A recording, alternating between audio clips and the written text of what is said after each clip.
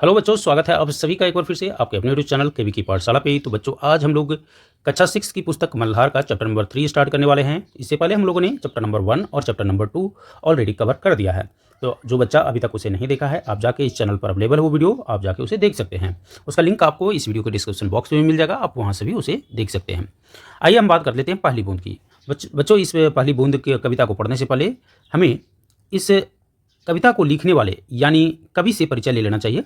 और कवि से परिचय इसलिए ज़रूरी होता है कविता पढ़ने से पहले, क्योंकि कविता किसके द्वारा लिखा गया है और वो व्यक्ति कौन है, ये जानना बहुत ज़रूरी होता है। तो अगर हम कविता की बात करें बच्चों, पहली बूंद कविता की बात करें, तो यह जो कविता है वह गोपाल कृष्ण कौल के द्वारा लिखी गई है। और यह एक बाल साहित्यकार हैं। जो गोपाल कृष्ण कौल हैं वो क्या हैं? बाल साहित्यकार हैं। बाल साहित्यकार बच्चों उनको बोलते हैं जो बच्चों पर आधारित कविता या साहित्य, अपनी सभी जो साहित्य है उनका वेश है, कविता जो है वो बच्चों आधारित है। इन्होंने बच्चों के लिए देश प्रेम, प्रकृति और जीव जंतुओं से जुड़ी बहुत सारी मनोरम कविताएं लिखी है। मनोरम का मतलब होता है बच्चों सुंदर सुंदर। अपनी एक अन्य कविता में कहते हैं, उनकी एक कविता है जिसका शीर्षक है हम कुछ सीखे, उसमें यह कवि गोपाल कृष्ण कौल कहते हैं कि देश हमें देता है सब कुछ, हम भी तो कुछ देना सीखें। यानी देश तो हमें बहुत कुछ देता है, हम भी तो कुछ देश को देना सीखें। तो आइए इस गोपाल कृष्ण कौल की कविता को देखते हैं, पहली बूंद, जो प्रकृति पर आधारित है और काफ़ी ही सुंदर कविता है बच्चों। इसे आपको क्या करना चाहिए, आपको तो मेरी तरफ से मैं बताऊं तो आपको इसे याद करना चाहिए और आपको हर व्यक्ति को सुनाना चाहिए इस कविता को। प्रकृति पर आधारित बहुत ही सुंदर यह रचना है। पहली पंक्ति की अगर हम बात करें तो पहली पंक्ति कुछ इस तरह से है। वह पावस का प्रथम दिवस जब पहली बूंद धरा पर आई, अंकुर फूट पड़ा धरती से नव जीवन की ले अंगड़ाई। तो बच्चों यहाँ पर देखिएगा, कहता है कि वह पावस का प्रथम दिवस, पावस का मतलब होता है बच्चों वर्षा। वह वर्षा ऋतु का पहला दिवस, पहला दिवस का मतलब होता है पहला दिन, पहला दिवस का मतलब क्या होता है? पहला दिन। पावस का मतलब होता है वर्षा। तो वर्षा ऋतु का पहली बूंद, वर्षा की पहली बूंद जब धरती पर आती है, धरा का मतलब होता है धरती, पहली बूंद जब धरा पर आती है तो अंकुर फूट पड़ा धरती से नव जीवन की ले अंगड़ाई।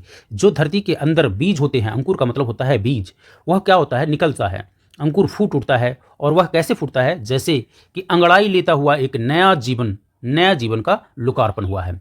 तो कवि वही कह रहे हैं कि वह पावस का प्रथम दिवस जब पहली बूंद धरा पर आई, अंकुर फूट पड़ा धरती से नव जीवन की ले अंगड़ाई। यानी नया जीवन की, नया जीवन जो है अंगड़ाई लेते हुए धरती से बाहर निकल आता है। कब? जब वर्षा की पहली बूंद धरती पर गिरती है। आगे कहते हैं धरती के सूखे अधरों पर, धरती के सूखे अधरों पर गिरी बूंद अमृत सी आकर, धरती के सूखे अधरों पर गिरी बूंद अमृत सी आकर, वसुंधरा की रोमावली सी, वसुंधरा की रोमावली सी, हरी दूब पुल की मुस्काई, पहली बूंद धरा पर आई। तो बच्चों यह लाइन भी काफ़ी सुंदर है। कहते हैं धरती के सूखे अधरों पर, धरती के सूखे, सूखा तो आपको मालूम है धरती मतलब धरती होता है, और अधरों का मतलब होता है होठ। क्या होता है? होठ। तो धरती के ओठ पर जैसे ही अमृत के समान, अमृत सी का मतलब अमृत के समान बारिश आकर गिरती है, वसुंधरा की रोम बली सी, वसुंधरा मतलब फिर से अगेन धरती, वसुंधरा की रोम बली सी, रोम बली सी मतलब जो रोआं होता है, शरीर में आपके रोआं कैसे होता है उसी तरह से अब धरती का रोआं किसको बोला जाता है? धरती का रोआं बोला जाता है बच्चों हरी हरी घास, जिसको एक तरीके से दुब्बी घास भी बोलते हैं। तो नॉर्थ इंडिया में उसको हम लोग दुब्बी घास, हरा हरा घास को बोलते हैं कि नहीं बोलते हैं? उसको बोलते हैं। तो भाई आपके शरीर में एक तरह से जो बाल होते हैं वो क्या होते हैं? रोआं होते हैं। तो धरती का भी तो कुछ रोआं होगा। तो वो जो हरी धूप जो देखते हैं, धूप जो घास देखते हैं धरती के ऊपर, वह उनकी रोआं कहलाती है। तो जैसे ही धरती के सूखे अधरों पर, जैसे ही सूखे ओठों पर अमृत से बूंद आकर गिरता है, वसुंधरा यानी धरती की रोमावली सी, हरी धूप पुल की मुस्काई। पुल की मुस्काई का मतलब होता है बच्चों रोमांचित होकर मुस्कुरा उठती है पहली बूंद जैसे ही उसके धरती पर यानी ओठों पर गिरती है।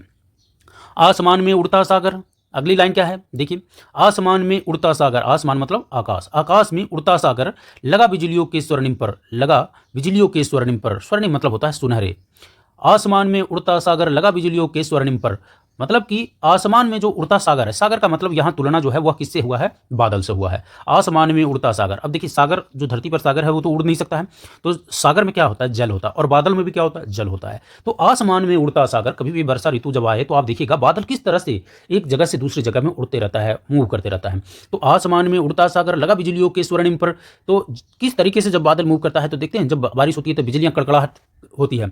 तो स्वर्णिम पर, स्वर्णिम मतलब सुनहरा, पर का मतलब होता है पंख लगाकर, ठीक है? पर का मतलब होता है यहाँ पर का तुलना जो है यहाँ पर पंख, यानी बिजलियों का पंख लगाकर वो क्या कर रहा है? आसमान में सागर उड़ रहा है। बजा नगाड़े जगा रहे हैं, अब जो बिजली कड़कती है तो ऐसा नहीं लगता आपको नगाड़े बज रहे हैं? नगाड़ा बच्चों एक ध्वनि यंत्र है। नगाड़ा क्या है? एक प्रकार का वाद्य यंत्र है और जिसे बजाया जाता है। कभी आप नगाड़े देखिएगा यहाँ पर तो नगाड़े जो हैं लगा करके क्या हो रहे हैं, ऐसे जब बिजलियाँ कड़क रही है तो लग रहा है कि नगाड़े बजाकर ये जो आसमान में और सागर जो उड़ रहा है वह लोगों को नगाड़े बजाकर उठा रहे हैं।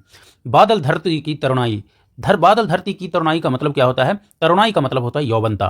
पहली बूंद धरा पर आई, फिर से वही कहते हैं कि पहली बूंद धरा पर आए।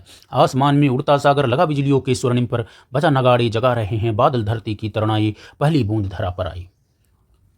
अगला कहते हैं बच्चों, नीले नैनो साया अंबर, नीले नैनो साया अंबर। नैन का मतलब होता है बच्चों आंख, नैन का मतलब होता है आपके नेत्र, नैन का मतलब क्या होता है? नेत्र, नेत्र को ही आंख भी बोलते हैं। नीला तो कलर ही है। नीले नैनो से या अंबर, अंबर का मतलब आकाश, अंबर का मतलब क्या है? आकाश। नीले नैनो से या अंबर, यानी नीला आंख की तरह ये जो अंबर है। काली पुतली से या जलधर, काली पुतली से या जलधर। अब पुतली से का मतलब यहाँ पर क्या हुआ है, आपकी आंखों की तुलना, जो पुतलियाँ, आंखों में जो पुतलियाँ होती है, आंखों में जो पुतलियाँ होती है, आंख जो होती है इस तरह से, तो आंखों में जो पुतलियाँ होती है उसी तरह से इसको ये तुलना किया गया है कि जो काली काली जो पुतली होती है ना, उसमें से क्या बरसा रहा है? ये जलधर, जो जल के वर्षा करवा रही है। तो नीले नैनों से या अंबर, काली पुतली से या जलधर, करुणा विगलित अश्रु बहाकर, करुणा विगलित अश्रु बहाकर। तो यहाँ एक शब्द का प्रयोग हुआ है करुणा विगलित। करुणा विगलित का मतलब होता है दुखित होकर। जब वर्षा, ऐसा लोग बोलते हैं कि वर्षा जब होती है तो क्या होती है, नैन यानी अंबर जो है, तो आकाश जो है वो नैनों से अपनी बारिश जो है अश्रु के समान बहाते हैं।